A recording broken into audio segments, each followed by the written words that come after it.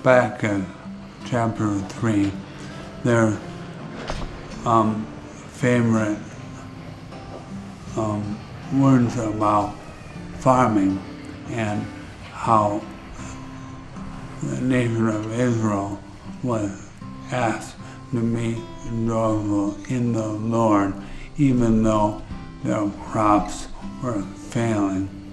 And since I'm moved out to this farm in hopes of raising animals and crops, I particularly like those words. But the reality is that if my plants fail, I just go to the grocery store. And in Israel's day, they starve if their plants fail. But yet, they're asked to remain joyful in the Lord regardless. And I thought to myself, if you're starving and everything that meant so much to you is taken away, how do you remain praising God in that situation? And the answer is meditating on God's Word. You have to drive those words into your mind and put your roots down deep into God's Word if you want to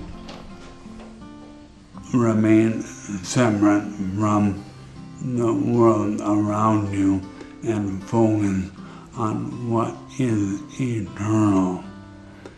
It's impossible without God's great grace.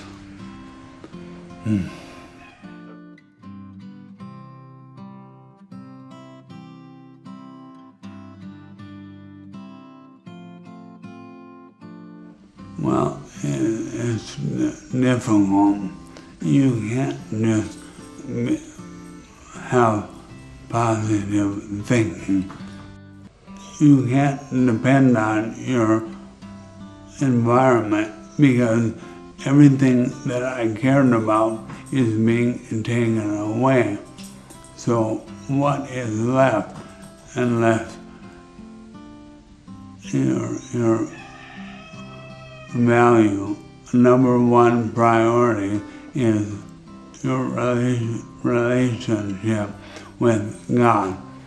And the only way to do that is to meditate on God's Word and pray and have daily rituals that you never let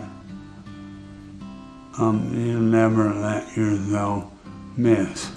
Fortunately, I have nothing but time now that I'm in this chair, so I have no excuses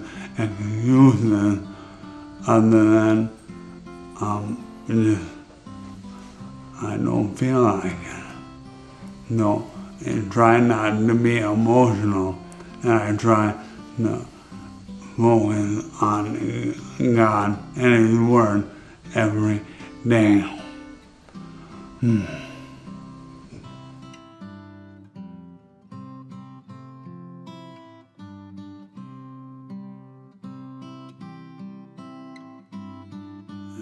Suffering is tolerable if you let suffering drive you like a nail into God's Word.